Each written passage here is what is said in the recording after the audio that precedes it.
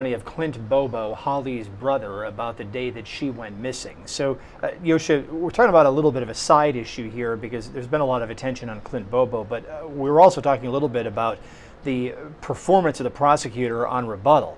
It seemed at times that she was almost ready to cry, and she sort of referred to herself as a sort of a we at one point, meaning that she's sort of part of the Bobo family. It seemed irregular to me, and I'm wondering what your reaction was to it. Yes, overly emotional prosecutors are just inappropriate in the courtroom. Obviously, they're invested in the case. I mean, they've spent years on it. They've worked hard. They spend time with the victims' families. But this is a court of law. It's not a theater. And there have been judges who have found that behavior improperly influences a jury, and how could it not? Someone crying or close to tears. So that's really improper, and judges have actually reversed based on emotion of prosecutors alone in some cases. I doubt that would happen here, but again, it seems to be inappropriate behavior on behalf of the prosecutor. Yeah, we're hearing that the jury apparently has another question in the Bobo case, but the first question that the jury had was not dealt with in open court. They dealt with it in chambers. We do know that the upshot of it was that the judge said, well, this is a question of fact. That's only for you and the jury to figure that out. Usually, the courts can respond to questions of law, meaning, what does this statute mean? Do we need to, if we put yes here, does that mean we can put no here? And we just saw a case last week in the Slender Man verdict where the original verdict sheet from the jury made absolutely no sense. They said, no in one area and then yes in another. Well, you need both elements in order to have a conviction on the element or an acquittal on the element. So they had to send the jury back in and said, well, this doesn't make any sense legally. This sort of confusion happens from time to time, though. Yes, it's hard to be a juror oftentimes because there is a lot of complications. I mean, they are the fact finders, but they're applying facts to laws that don't always make sense, to laws that don't always, go with common sense. And so sometimes there are verdicts that don't make sense, and usually that's another appellate issue. Well, it's an appellate issue if it's objected to, but I've seen issue after issue after issue here just not getting an objection. And I want to sort of like blast up out of the chair and object. It doesn't seem like the defense is doing that very often here, so then the issue is thrown away. It doesn't matter. There's nothing for the appeals court to jump in and say, well, we can address this. It could eventually become an element for an effectiveness of counsel claim down the line, but there is a lot of issues. It's true that the defense attorney didn't object to. Even in just watching the Clint Bobo testimony, you can see the prosecutor almost testifying himself. He's inserting his own opinions. I think there was one thing I wrote down. He just basically prompted Clint Bobo and said, oh, you were making an assumption, weren't you? And then that was really important because then it's in the juror's mind that, Clint Bobo was just assuming that was a boyfriend, but clearly that was wrong. And that was something that was introduced by the prosecutor, which was totally inappropriate. It should have been something that should have been objected to. Well, I started in on this last week and I wrote this rather sarcastic piece on LawNewz about it, but I bit into that exact issue. It's like, look, the whole purpose of the jury is that you get 12 people to look the witness in the eye and figure out whether the witness is telling the truth about what the witness saw or heard or did or saw somebody else do or whatever. And it's the jury's job to determine whether the witness is lying or telling the truth. The jury can't do that if the prosecutor is putting all the words in the witness's mouth. Exactly. And it turns into a confrontation clause issue. I mean, the defendant has a constitutional right to confront the witnesses and the evidence against him. And if it's the prosecutor doing all the talking, then first of all, how does the defendant confront the witnesses? And second of all, how does the jury know whether or not the witness is telling the truth? If the witness is just saying, yep, well, again, it becomes even more of a problem here when we look at some of the other witnesses other than Clint Bobo, because so many of them are people with immunity deals. So they're getting a lighter sentence, presumably, out of their cooperation with prosecutors. So of course they're just going to sit there and say, yes, yes, yes, and let the prosecutor spin a yarn. what's interesting here is the judge can intervene. Now, we've been putting, intense scrutiny on the defense attorney to say, why hasn't she been objecting? But the judge also has a right to say, this is an inappropriate, the prosecutor cannot be testifying. That's definitely happened in cases where the judge doesn't like the way an attorney is asking questions, and so they intervene. But unfortunately, that wasn't done here either. Yeah, there are just a lot of issues at the process, and they sort of like make the hairs on the back of my neck stand up when I hear the way this thing is going, and yet here we are at the end of it, and we've got everybody still buzzing on Twitter about, well, wait a minute, the expert didn't say that, but yet the prosecution argued it, and it's like I'm watching the messages spill across the screen here in our chat rooms, on Twitter, in my email, all these other places, and it's like, this is why I was harping so much last week on this process, because it is a process that has been designed over hundreds of years of U.S. and before that English jurisprudence, that this is the best way to get the truth out, and yet I can't sit here and say that this trial was an exercise in finding the truth.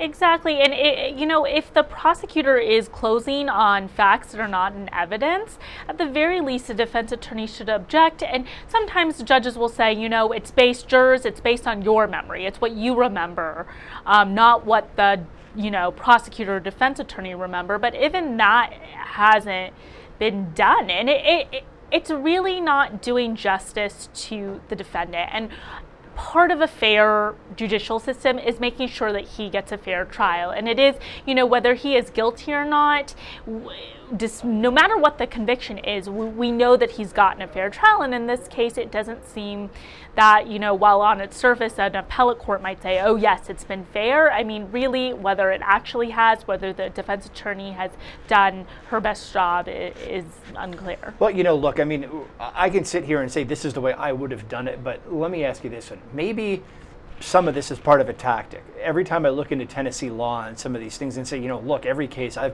state I've been in or researched, or what's the general consensus among the states on how to do this issue, I look at the Tennessee law and I don't find a lot of strong authority. So maybe the defense attorney is sitting there saying, well, if I don't have a strong hook to hang my hat on, then why would I keep objecting here? I don't know if that's necessarily the right tactic, but I wonder if it's a tactic. And also, we keep seeing half the time when she objects, it doesn't go anywhere. The judge just sides with the prosecution, and the judge had made comments that in the past, that he thought that the various defendants should just all plea out. And then she lodged a thing to try to get the judge thrown off the case, and he's like, well, I'm not going to recuse myself, and there he sits. So there's a lot of bad blood in that courtroom among these folks. The original prosecutor got thrown off the case, they brought in this other prosecutor. I mean, the whole thing just is a mess. So maybe the defense attorney is saying, well, if I just keep objecting and the judge keeps shooting me down, I'm going to look like a fool. But then I would still always be worried about, I'm not objecting for that judge, I'm not objecting for that jury, I'm objecting for that appeals court. Exactly. And in a case when the stakes are so high, you object at every turn, as long as their objection has merit. Sure, yeah. Don't just object for the sake of objecting. That irritates the judge and the jury. But when you have something valid, you must object to preserve it. It doesn't matter if the judge doesn't like you. I have definitely been in situations where I've tried to object and the judge has said, no, we don't need to hear anymore. And I'm like, with all due respect, Judge, I need to finish this to preserve it for appeal. I understand that you think this objection is without merit, but I'm just preserving it because another judge could think that it was worthy, and it doesn't matter. Another appellate judge is not going to say, oh, well, she didn't get to make her record, poor defense attorney. They're going to say, too bad, you didn't make it, you lose it. Yeah, exactly. I mean, you've got to preserve it on the record, or the appeals court can't take a look at it. And what's the thing we always see in appeals opinions, time after time and time, including in Tennessee, we see this was not preserved, therefore we can't make a comment on it. And it's so painful to see that, because sometimes the real good issues, oftentimes, are not preserved, and to see an appellant lose that based simply on the fact that a few words were not said in the trial court it's very painful to see. Yeah, let's continue listening to some of the testimony of Clint Bobo. He was on the stand earlier in the case. He is the victim's brother. Previously marked as exhibit. There's actually a road that's, I don't know, how many yards would you say it's off into those woods? From the trail to the logging road? From where they're standing right there to the logging road. Probably going to be about 8 to 10 steps. 8 to 10 steps till you get to the trail. The entrance to the trail, and then how long down the trail to the logging road? I think that we walked it. It was about 60 yards from the trail entrance to the logging road. So about 70 or 80 yards into these woods, you get to the logging road. That's right. That you can have a vehicle and you can take off driving. Yes. What do you do when you see him disappear into the woods? Well, I talked to my mom again on the phone. She called me back. And how's she acting? She's panicked at this point. Panicked. And what is she telling you? She said, "Oh my God, Clint, that's not Drew. Get a gun and shoot him." That's not Drew. Get a gun and shoot him. That's right. You've woken up to something. Voices. Flash of this. Your mama yelling at you to get a gun and shoot somebody. Right. What do you do? Well, I didn't do that. I was still thinking that it's either Drew or it's Richie. There's no reason for me to get a gun and shoot. I wouldn't shoot Drew. I wouldn't shoot Richie. I have not seen anything to indicate that I need to be trying to shoot anyone. So I didn't do that. What did you do? I think it was at this point that I was at the back door, or I went back to the back door. I think I was already standing there, but I opened the door up, I guess just to listen, or I'm not sure what I was about to do, go outside, I guess. And then I felt how cold it was that morning, and I was still in my pajamas. So I come back and Let me interrupt you. We can tell at this point in the morning that you're confused. Yeah. Would you admit that? Yes. Confused by what you heard, what you assumed, and then later what you saw. Yes. Would you admit that you're also kind of scared of what was going on? Just unsure. So you open that door, and you don't run out and chase these two people into the woods, do you? No. What do you do? I opened the door and I felt how cold it was, and I realized I'm in my pajamas, so I went and put on some pants and a jacket and some socks and a pair of shoes, and then I went out the back door. Gun or no gun? No, I also went and grabbed the .38 Colt revolver before I went out the door, and I also had my cell phone. Got dressed, got a phone, you got a gun. Now what are you going to do? I guess I'm going to go and look and walk up to the logging road to see if I can see them or hear them. What do you do? I walk out and then I look to my left where they were knelt down under that window, and there's a pool of blood in the garage. There's a garage and there's a carport. Carport. Which one is it? It's a carport attached to the house. It's the one that you were lifting up that blind and peeking into, right? That's right. And you were seeing the silhouettes of your sister and somebody. Yes. And there's a pool of blood. Yes, just below where they were knelt down. And what are you thinking at this point? I'm even more confused, because I'm thinking now, if it is Drew or if it is Richie, they've killed a turkey, they've brought it up here to the house and laid it on the carport, and it's been bleeding, and... You're still not thinking that some man or some men came to your house that morning and abducted your sister and dragged her off in the woods? Absolutely not. Had that even crossed your mind at all? No. If that had crossed your mind, what would you have done? The situation would have been much different. I would have probably not called anyone. I would just got a gun and tried to kill the person that was with my sister. It would have been either him. Outside with the gun and your phone, and now you're dressed. What do you see, other than the pool of blood after that? Okay. I will go ahead and close the back door, and I'll walk across the deck because obviously I don't want to walk down into the garage, so I take a right and I walk across the back deck and into the driveway, and I make a left and I walk up through the backyard up to the entrance of that trail. Sort of like over to the left of that playground structure. That's right. To the edge of where they walked in. Yes. And what'd you see? I stopped walking just in front of where they are in that photograph at the wood line. Why'd you stop there? And I was just looking and listening, and I didn't see or hear anything. In fact, it was unusually quiet. I didn't hear any birds chirping. The wind wasn't blowing. It's just real quiet. Just no man in camouflage anymore. right. No voices anymore. Right. No holly anymore. Right.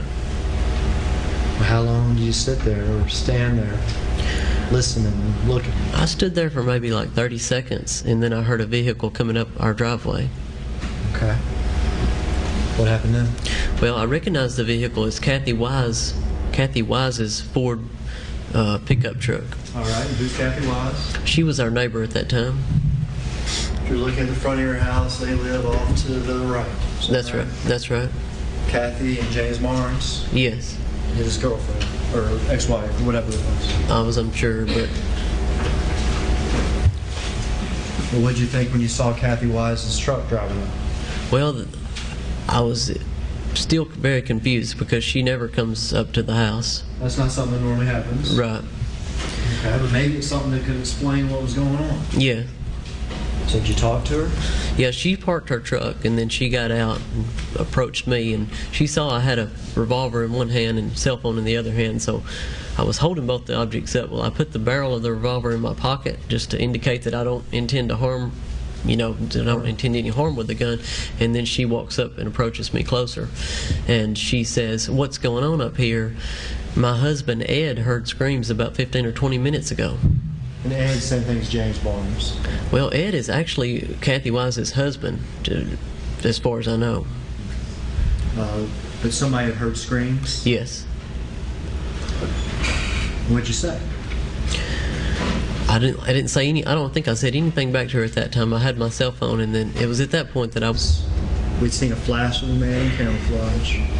Her sister, through the woods, drops or a pool of blood in the carport. Yes. And now the neighbor talking about a scream. Yes, which was new information to me. Had you ever heard a scream? No. And so now what do? I'll go ahead and call 911 as my mom had instructed me to do earlier. Your mom had instructed you earlier to go out there and shoot whoever it was, right? Right. Your mom had instructed you earlier to call 911, call all the neighbors. That's right. But now you do. Yes. As you're talking to 911, does anybody else arrive? I'm on the phone with 911, and they actually what happened was I called 911 and it went to Henderson County. Well, we lived in Decatur County, so they said, hold on the line and I'll transfer you to Decatur County. So I hold on the line briefly, and then they transfer me to Decatur County, and I talked to the individual in Decatur County. Tried to explain, I guess I've tried to explain what... Tried to explain something you couldn't explain. Right, basically. What did you tell them? I was still very confused at this point. I believe I told them that I thought that my sister was missing. Did you tell them that you had thought that she was with her boyfriend, Drew? I don't remember going into any of those details. While you're on the phone with 911, other policemen arrived. Is that right? Yes, they must have already been dispatched, because I was on the phone with 911 briefly, and then I heard an engine of the car speeding toward our house. Policemen get out? Police car pulled up, and a deputy got out, asked me what's going on. But, Did you tell him? Yes, I think I told him what I had saw and what I had heard that morning, and he told me that he needed me to write out a statement. So he handed me a statement, and I don't remember him handing me an ink pen or a pencil, and I don't remember him handing me anything to lay the statement on to write it, just a piece of paper. Some paper. Yeah. And he says, write down what you just told me. Yeah, so I went back to his patrol car and laid the paper on his hood and asked for an ink pen, and I started writing my statement. All right. So you started writing your statement about what you saw that morning. That's right. But other people started coming. Yes. This was More police? yes. Another Decatur County. This was a Decatur County officer that arrived first. Another Decatur County officer arrived, who is someone that I know. He arrived, got out, asked me what happened. Kind of the same scenario. You talked to him? Yeah, briefly. How about your mom and Miss Brumley? Did they get there? I remember my mom and Miss Cherry Brumley arriving shortly after the second deputy. And tell us about your mom. They got out of the car or the vehicle, and then my mom approached me, and I think that she grabbed me by both arms and kind of shook me and said, "Why didn't you do something?" Very upset. And you understand she was just upset. Yes. And what'd you say? I don't think I said anything at that point. And then more police? Yes. How about people from the community? Did they start showing up? Yes, a deputy from Henderson County, I believe, showed up next. And I'm not familiar with the exact order, but policemen continued to show up. People from the community started showing up in large numbers, and everyone that showed up walked up to me and asked me what happened. And I would try to go through just briefly, what I saw and heard. And I was unable to write my statement because of all of the people coming up and talking to me. So I decided that I would stop writing the statement on the hood of the patrol car, and I would get in the back of the patrol car and try to write my statement there. So that's what I did. She was gone. Yes. She never came back. Right. Your mom told us how she searched, and your dad told us how he searched. Yes. How about you? I searched with them as well. Folks, the feed is back from the courthouse in Hardin County, Tennessee, because we hear that the jury has a question, and this one will be answered in open court. The first one was sort of a non-question question because it probably had to do with the fact that the jury had to decide, not something that the court could answer. But this time we're hearing that there is a question that the court could answer. And Yosha, we were batting back and forth whether or not this might be a verdict. I'm hearing it is a question. How do courts usually handle this sort of thing? Well, as to distinguish between a question or a verdict, at least in New York, we never know. So I always am very nervous when I'm walking in because you don't know what you're going to get. But it appears to be a question. And with questions from juries, it's going to be really important to kind of not only answer the question, but it's going to really give you some insight onto what the jurors are thinking. So I guess we'll wait and see. Yeah, we have the feed up from court, and if we can take a look into it now, the parties are starting to gather. A lot of people there sitting and waiting. The Bobo family has been in the courthouse through the proceeding here. We oftentimes see them talking with the prosecutors. I don't think we have any sound coming from the court yet, but these are some people gathered around what looks like usually the defense side of the courtroom. But again, the judge in the process of getting on the bench, so we don't have any sound yet, but we have a lot of people milling around. Sounds like a question, does not sound like a verdict, but I'm going to be waiting with bated breath to see exactly what's going to happen here. The trial's been going on for about 2 weeks at this point. They started Monday of last week. They've had sessions on Saturday. And one is planned tomorrow because, again, this is a death penalty case. So if there is a conviction on all the charges, including the top charge, the first-degree murder charge, this then would move into a penalty phase. And we are hearing that they're leading the defendant back into the courtroom because he's got a right to be there for every part of the proceeding.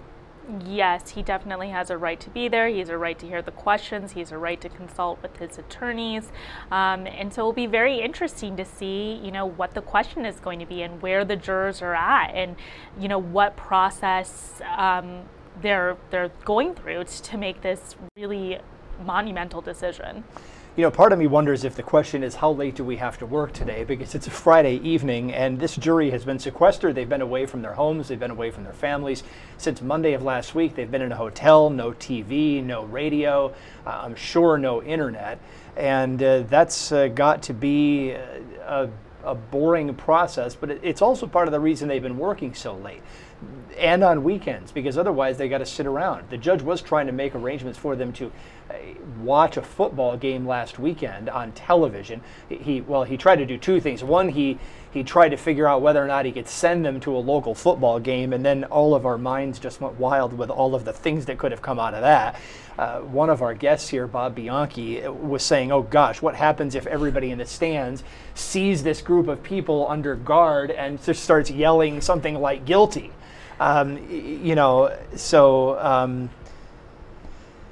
That ultimately didn't happen, ultimately did not wind up with the jury going to a game, but apparently the jury was able to see a game on television with a guard standing by to make sure that the local affiliate didn't say anything about the case as a news promo in the middle of the game or anything like that. So we're also hearing that one of the people standing around in court, and I think we're going to see him in just a second here, is the director of the Tennessee Bureau of Investigation. His name is Mark Gwynham, I believe. That's him standing on the left-hand side of your screen right now, kind of looking back at the camera. He's got a blue shirt and a yellow tie.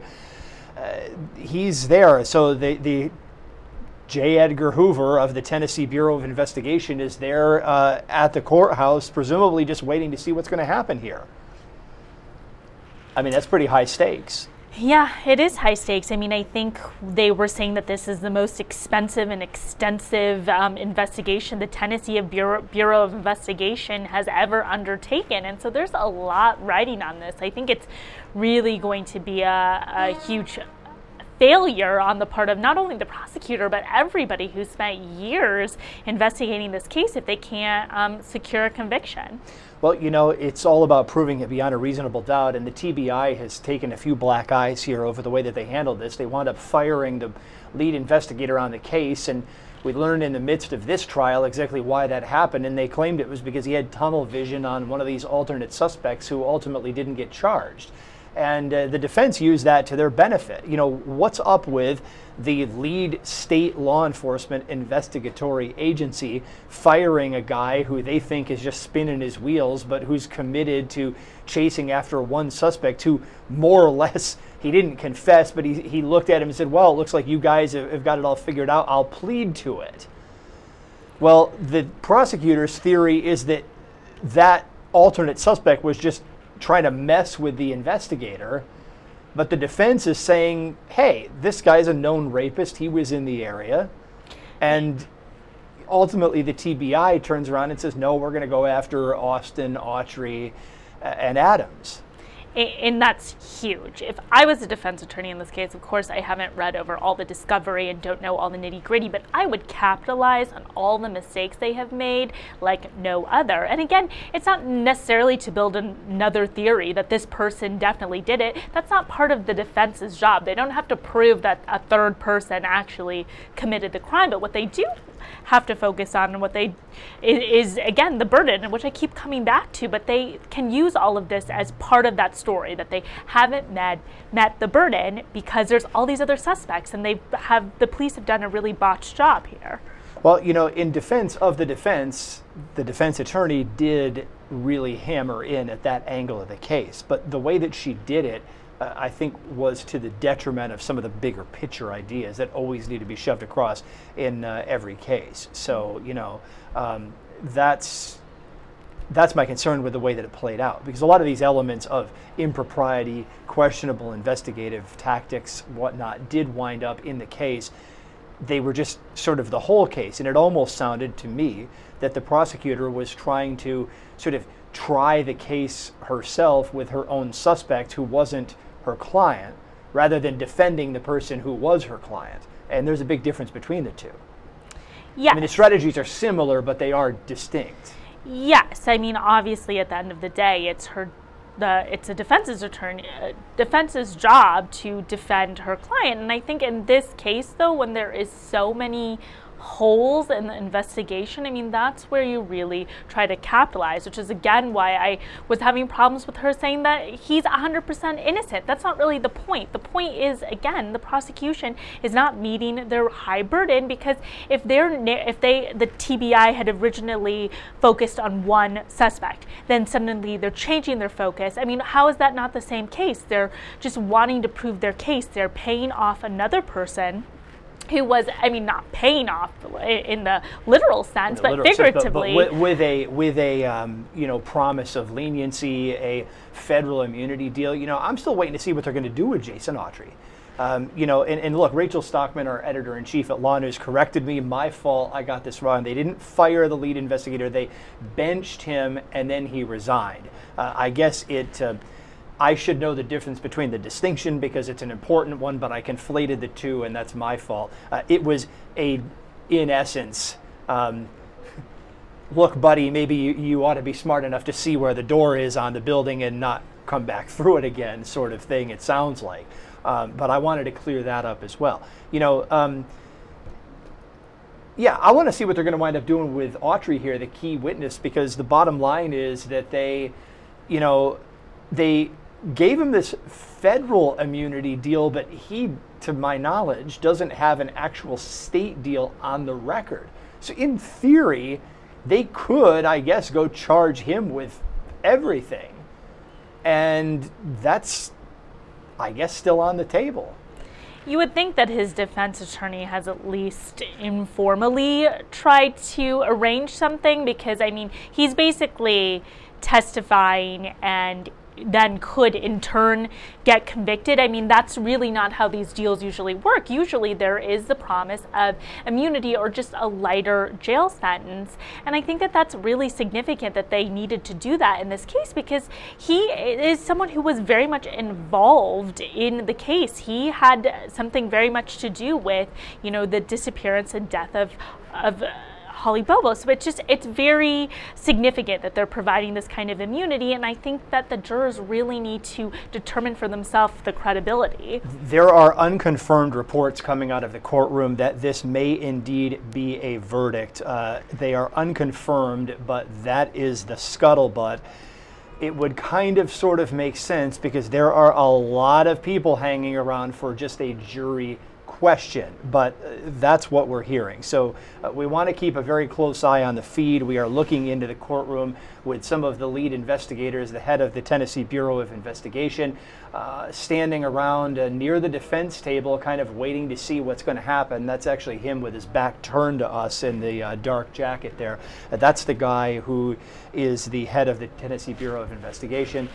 They're all standing around, and we're kind of waiting to see, okay, is this a question or is it a verdict? But Yosha, you pointed out, the forms come from the jury, and usually they send a so-called question form into a judge, and on it, it just says, we have reached a verdict.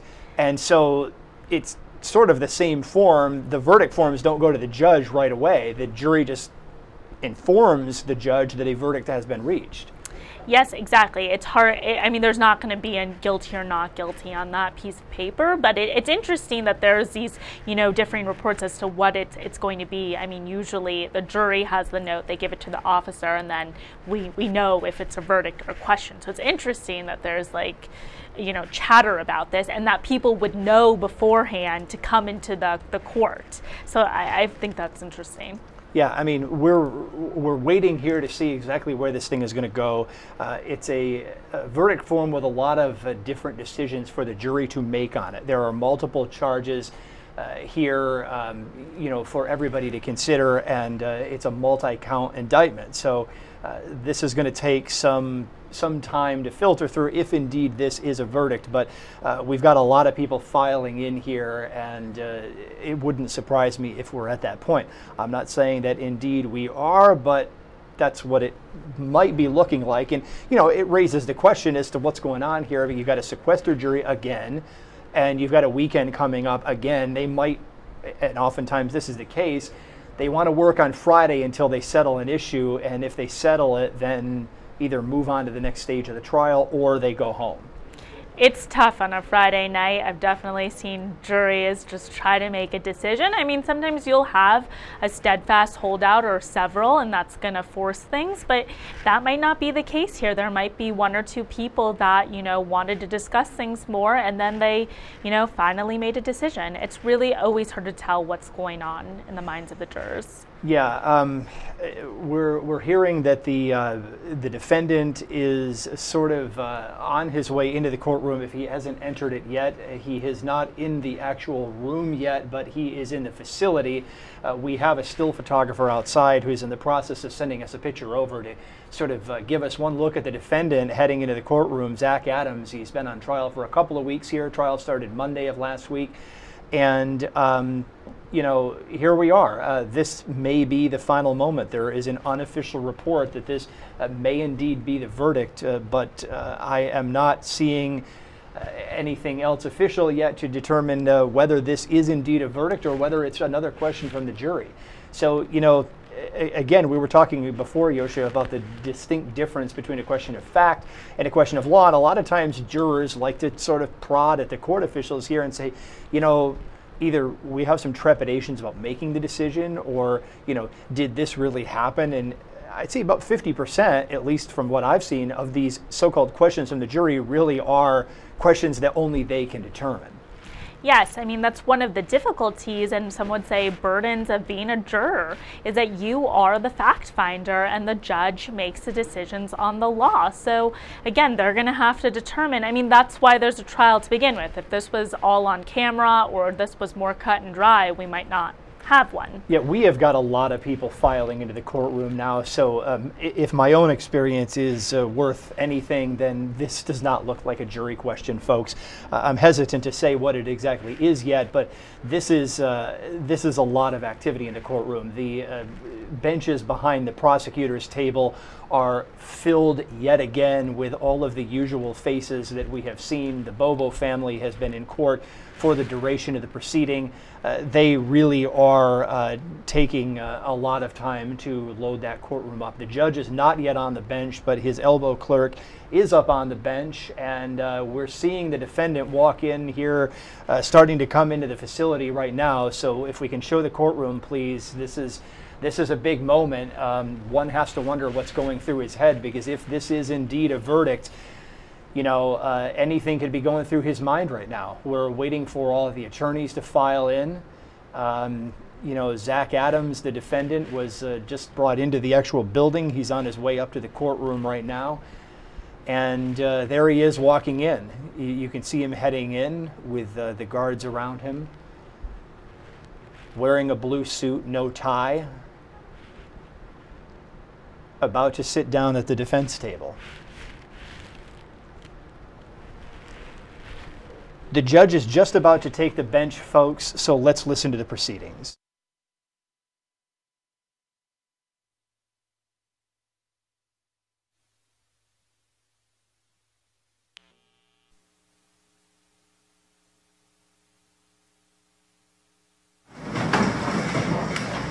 Okay, I met with the attorneys. I told them we've now got the second question. The first one I answered on the sheet of paper that they sent. I told the attorneys what that was.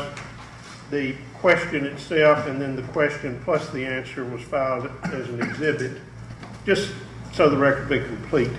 I've now got the second one, and I really feel that I owe this jury some explanation as to the fact that I'm not able to do a whole lot.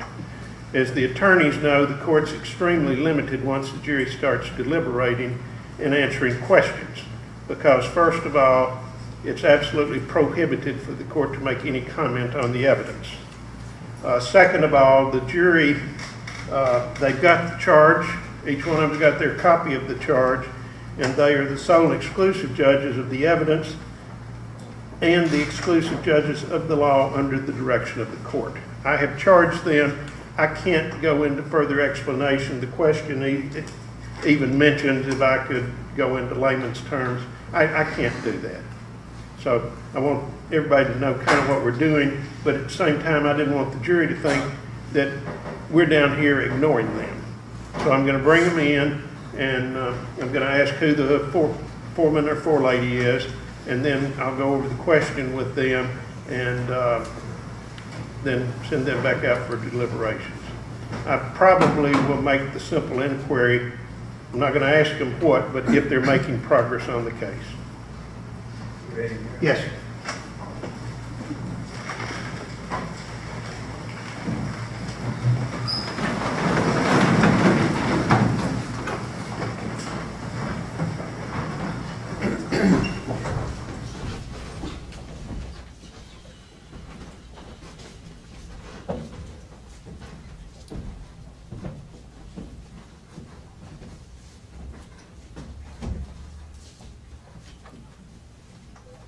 You can sit anywhere you want. I'm not bringing those alternates back in for right now. It's not necessary. You can be seated.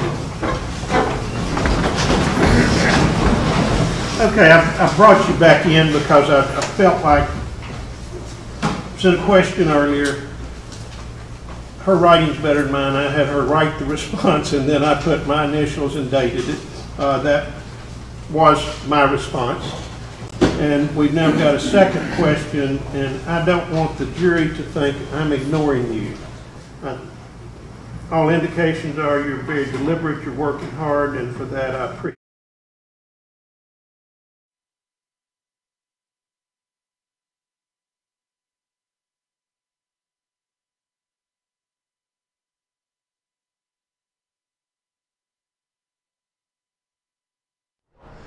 Okay, folks, so this is an actual question from the jury, and the judge is in the process of explaining to the jurors why he can't answer it. So this is not a verdict, and my guess is, again, Yosha, this goes back to the whole distinction about a question of law or a question of fact. The judge can describe issues of law, can explain the statutes to them. This is what the elements of the crime are. In order to find this crime, you have to find these three things happen. You know, but he can't go in and actually answer, you know, he can't go in and tell them, yes, this happened this way, or yes, that happened that way, because that's the jury's job.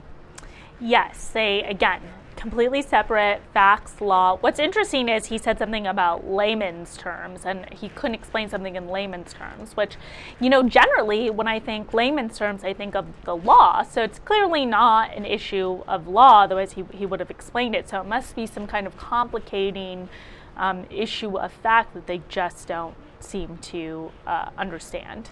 We're going to go back into court, folks, and listen to how the judge is continuing to respond.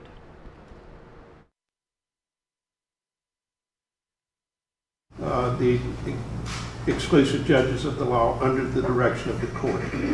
I've given you everything that I can give you as far as that's concerned. You got it in your notebooks, and it's up to you what that says, okay? And so I brought you down because I don't want you up there thinking, well, he's just kind of blowing us off or whatever. I'm not doing it. I take my oath very seriously, and I try to follow the law, so I'm just simply explaining to you. Does that take care? Yes, sir. All right, y'all understand that? Yes, sir. Anything further?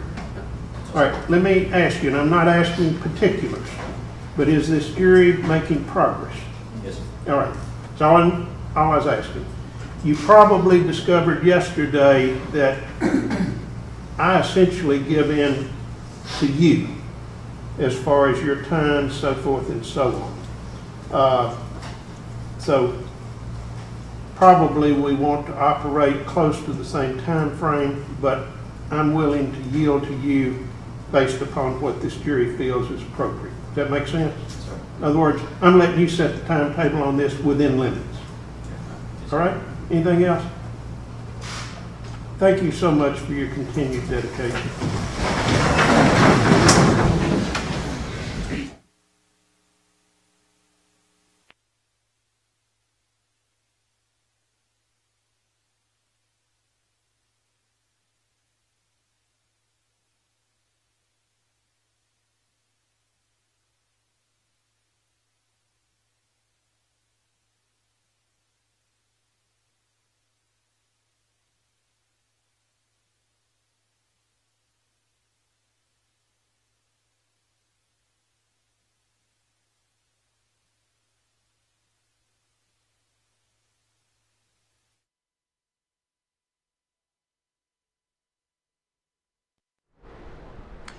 So, folks, another question from the jury. This is the second question, and the judge just wanted to make it clear that he wasn't ignoring them, because ultimately, you know, he's trying to find a way to keep them working, make sure they're working. They said that they were making progress, but these so-called questions seem ultimately to be things just the judge can't answer. It appears so. I mean, obviously, if he could answer them, he would. And it's interesting. This leads us into kind of what the jurors are probably talking about, and they're probably having some issues over fact, over what happened, over the timeline, perhaps, and not necessarily about charging issues or issues of law that the judge could answer. Yeah, I mean, I'm surprised that they didn't try to find a way to deal with it through a read back. Or maybe the question is just one that a readback of testimony wouldn't cure. Exactly. I mean, it appears that there must just be two fractions or two people or just two differing sides on a piece of what happened or a piece of evidence that no one is really able to answer. They just have to rely on themselves. I hate to sit here and guess what's going to happen here, but we're running a poll online, and the vast majority of people, the last I checked, it was about 3/4 of people think that this should be a conviction. The longer the jury goes, the more I wonder if it's a hung jury situation, and if they indeed can't agree on facts, maybe, and again, it's just a wild guess, but maybe that's the direction this might point. They could have a mistrial, basically a hung jury, where they can't come to a unanimous consensus. But before that happens, if they tell the judge, look, we just can't decide, the judge is probably going to give them something called an Allen charge. It's used in federal cases, and each state has its own kind of version, which is basically just a set of, a paragraph, basically, the judge reads to say, look, we want you to continue to deliberate. You're very important. We trust that you can make a decision, and kind of leaning on them to make a decision, because mistrials are difficult. They're costly. They put the victim's family through a lot more. You have to have a whole new trial, and so I think the judge wants to avoid that, and so he's probably going to lean on them quite a bit before a mistrial would be declared. Yeah, it's possible that could happen, but I don't know how many states in which you're licensed, but there are some states that don't allow an Allen charge, and Tennessee, I'm pretty sure, is one of them. Going back to 1975, we've covered a few cases. New Mexico does not have one, and we had a jury there hang after a couple of hours. I think it was a deliberation. It wasn't very long. I may be misconstruing the time frame, and the judge just said, okay, well, then you're free to go. So not all states, throw in that so-called dynamite charge. I know New York does it. I think Massachusetts does it. Connecticut does it. New Jersey does it, but there are a few states that don't, and I think Tennessee is one of the ones that doesn't. But now we have another homework. I think that's going to benefit the defense. If there's no Allen charge, I think really generally when that's given, to me it often seems like hurry up and convict in a lot of cases. And I think in cases here where it's a close call, where he very well could be convicted, I think the absence of an Allen charge would actually be probably helpful to the defense attorney.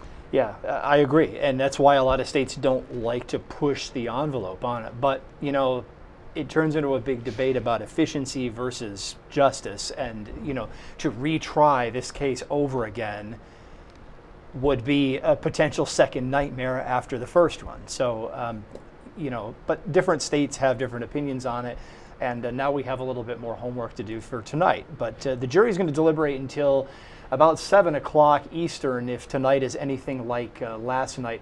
We're going to be here for the duration at LawNewz, but we're going to sign off here on the network. If there is a verdict, we will be on Twitter to announce it, and we will, of course, be live streaming it. But our plan for now is to sign off here on the LawNewz network. So, Yosha Gunasekera, good to see you again here at LawNewz. Yes, thank you for having me. Okay.